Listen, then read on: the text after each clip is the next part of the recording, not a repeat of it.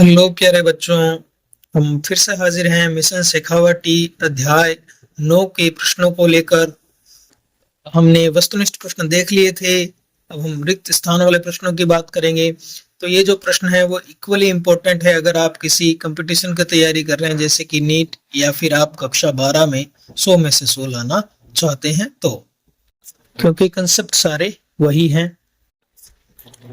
तो शुरुआत करते हैं हम प्रश्नों से। रिक्त स्थान के जो प्रश्न है अध्याय 9 के, ये आपके आधे नंबर का आता है बोर्ड परीक्षा में।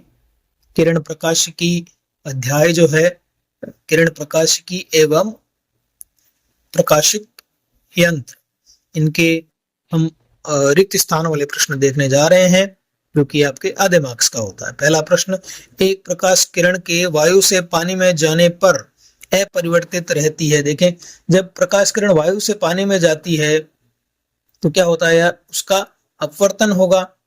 तो तीन चीजें हैं हमारे पास, एक तो उसका वेग होगा, एक उसकी आवृत्ति होगी, और एक उसका तरंग दैर्ध्य होगा। तो ये जो तीनों चीजें हैं, वी, न्यू और लेमड़ा, आवृत्ति को हम एफ भी लिख सकते हैं, इन तीनों के बीच जो संबंध होता है उसको इस प्रकार से लिखते हैं, v equal to F lambda. तो हम ये जानते हैं कि जब प्रकाश किरण वायु से पानी में जाएगी, सघन माध्यम में जाएगी, तो v कम हो जाएगा।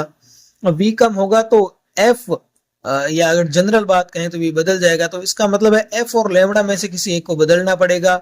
ये v कम हो रहा है तो या तो f कम हो या फिर लेमड़ा कम हो। तो यहां हम देखते हैं कि f जो होता है वो अपरिवर्तित रहता है, क्योंकि f जो है, आवृत्ति जो है, वो ऊर्जा से सीधे संबंधित है। और एक माध्यम से दूसरे माध्यम में अगर जाने पे ऊर्जा कम हो जाएगी या बढ़ जाएगी तो वो ऊर्जा संरक्षण के नियम का पालन नहीं होगा। तो हमें ये ध्यान में रखना है कि प्रकाश के परावर्तन हो चाहे अपवर्तन हो, उसमें प्रकाश की आवृत्ति जो है वो परिवर्तित नहीं होती। तो सीधी सी बात है, यहाँ हमारा प्रश्न क्या हो जाएगा कि आवृत्ति अपरिवर्तित रहेगी।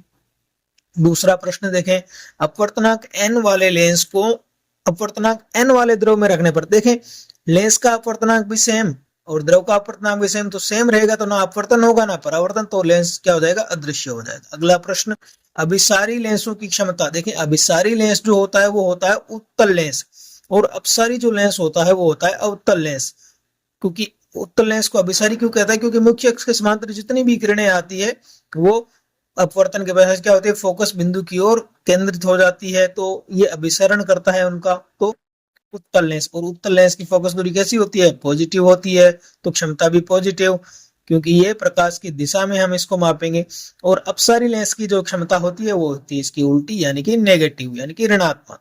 अगला प्रश्न की ओर चलते हैं, जब प्रकाश सघन से विरल माध्यम में गमन करता है, भाई सघन से विरल माध्यम में गमन करता है तो क्या होगा, पूर्ण आंतरिक परावर्तन होगा।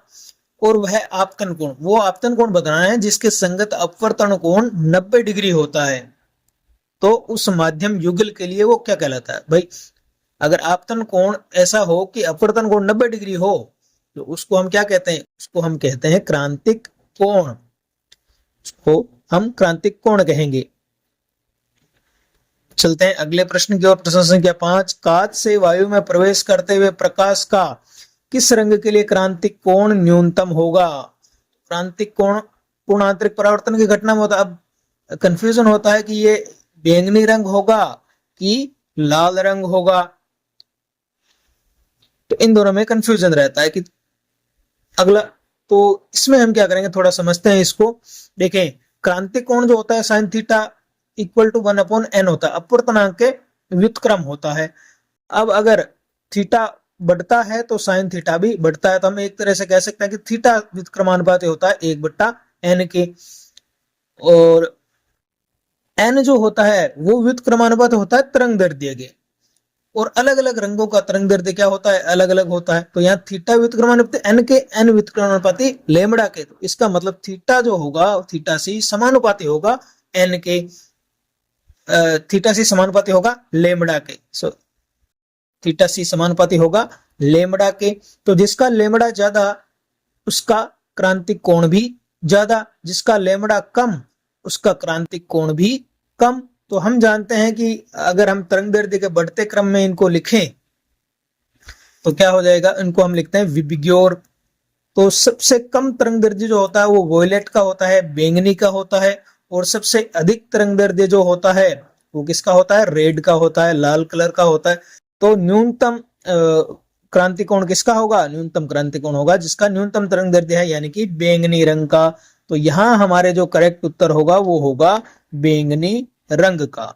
बैंगनी रंग के लिए क्रांति कोण न्यूनतम होता है। अगला प्रश्न देखें, प्रश्न संख्या 6। जब प्रकाश की किरण ऐसे माध्यम से गुजरती है जिसमें वेग कम हो जाता है, यानी कि वो कैसा माध्यम है, वो सघन माध्यम है, तो उसकी तरंग दैर्ध्य का मान क्या हो जाएगा। अगर सघन माध्यम है तो n उसका ज्यादा है, n ज्यादा है तो n व्युत्क्रमानुपात होगा लैम्बडा के, यानी कि n ज्यादा हुआ तो लैम्बडा क्या हो जाएगा, घट जाएगा, तो उसका तरंग दैर्ध्य का मान क्या हो जाता है, कम हो जाता है।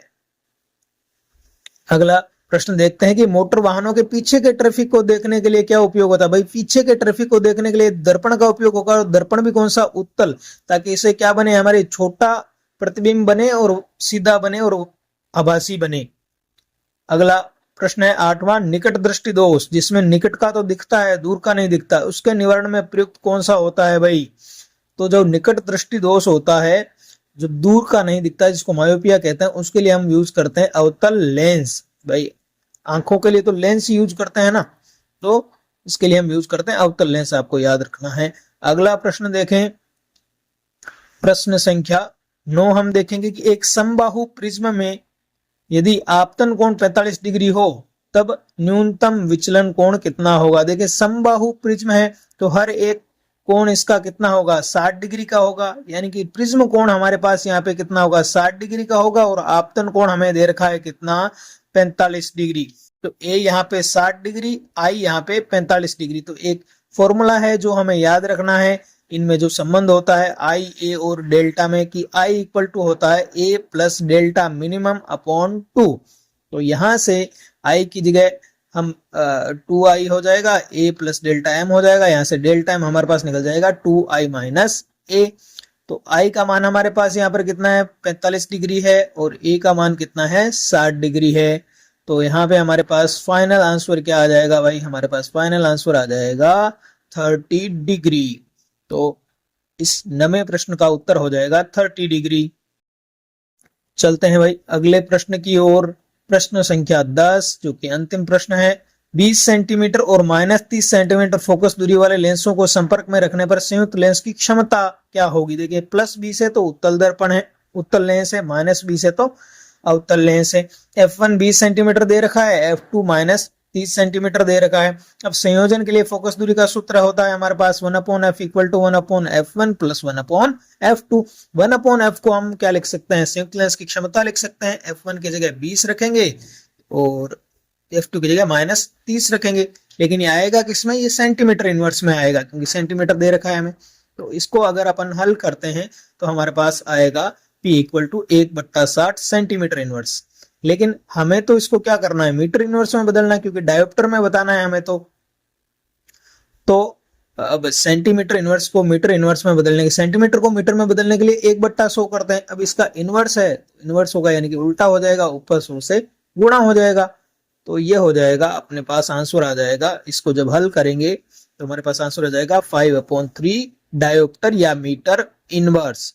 तो ये हो गया हमारा 10वां प्रश्न। सारे प्रश्न हमने देख लिए, 1 से लेके 10 तक काफी अच्छे प्रश्न थे, और ये जरूर आपको मदद करेंगे फिजिक्स में 100 में से 100 लाने में। Thank you.